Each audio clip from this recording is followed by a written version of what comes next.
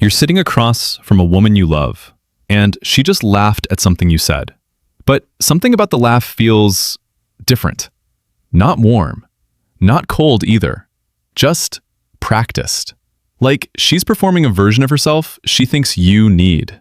And bro, you've probably told yourself it's nothing. Stress at work, her period, just one of those weeks. You replay the laugh in your head, and it still doesn't sit right. But it sits there, in the back of your head, heavier than it should. Why does this keep happening? Is she losing interest, or am I just not enough anymore? Do I still actually get to her, or has she just gotten used to me? Am I the problem here? You wouldn't say that last one out loud, but it lives there, quiet, heavy, pinching somewhere behind your ribs when you least expect it. Here's the thing nobody explains to you. She's not drifting because you lost your spark. She's not drifting because you got comfortable.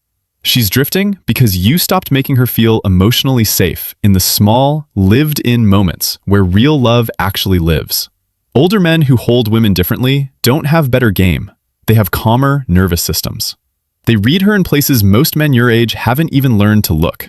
The silences, the half sighs, the way her eyes land on you when she thinks you're not watching. You're not failing at women. You're not unattractive. You haven't missed some invisible line in the dating playbook.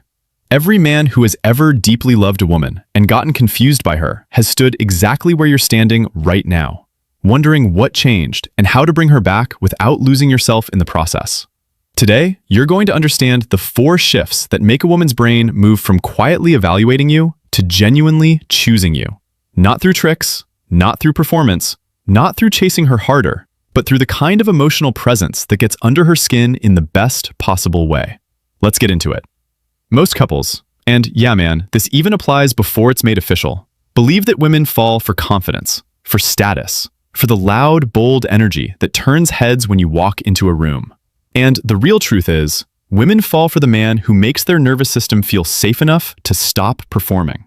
The man who notices what lives underneath her smile, instead of just admiring the smile. The man whose quiet presence doesn't ask her to be more, doesn't ask her to be less, but gently says, you can settle into exactly who you are when you're here with me. Confidence gets her attention, emotional maturity keeps her. Emotional availability makes her choose you in her bones. And here's what changes everything.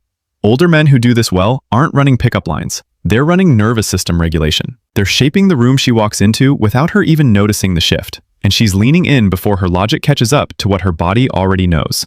First shift. He stays emotionally grounded when she pushes back. Most couples get this wrong because the moment a woman pulls away, gets moody, picks at something small that seems like nothing, the laundry, the way you chew, your tone over nothing, most men take it personally. They get defensive. They go quiet. They try to win the moment. They sharp-edge their way right back into a fight that started as a feeling she couldn't name. The deeper truth is this. What looks like her testing you is actually her nervous system asking one quiet question. Can I show you the worst parts of me and still be held? Most women learn somewhere along the way that the honest version of themselves gets rejected. So they test it, slowly, carefully. And the moment you flinch, she quietly takes note that the test was right this time. And another wall goes up between you that you never even saw being built. Here's what it sounds like in real life. The disconnecting version. Why are you being like this today? Can you just tell me what's actually wrong so we can move on?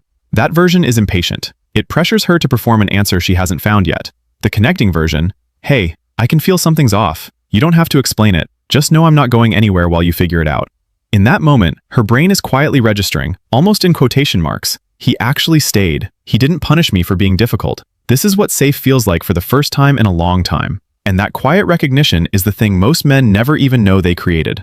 And when you do that, the walls between you start to come down without either of you having to say a word. Second shift. He talks to the version of her that nobody protected. Here's the part no one talks about. Most couples talk to the surface woman, the capable one, the strong one, the one who always has it together, the one who shows up at work and holds it for everyone. And they wonder why she never fully opens up at home with the man she supposedly feels closest to. The deeper truth.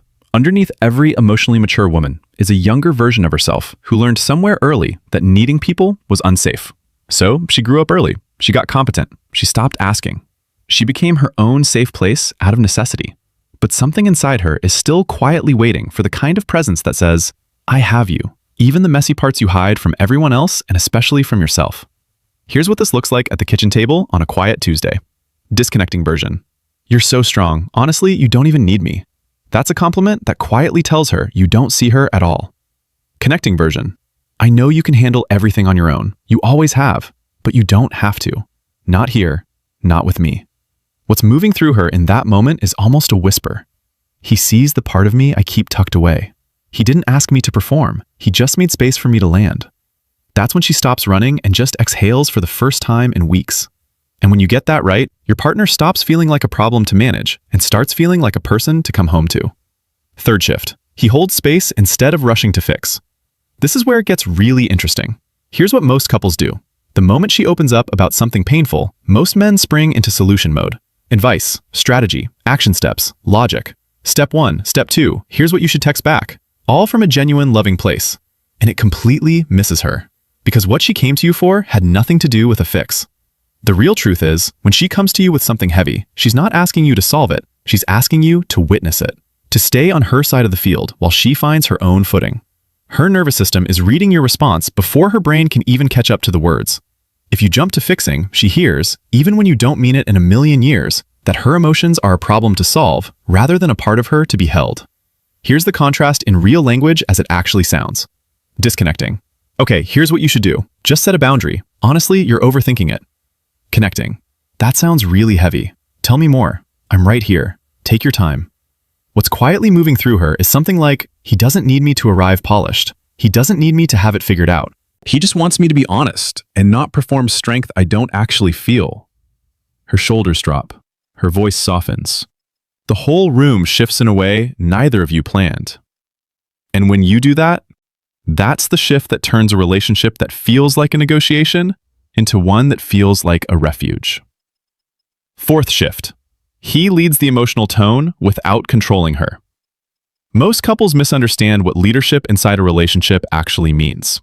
They think it's about calling the shots, having the answers, setting the pace, making the plans.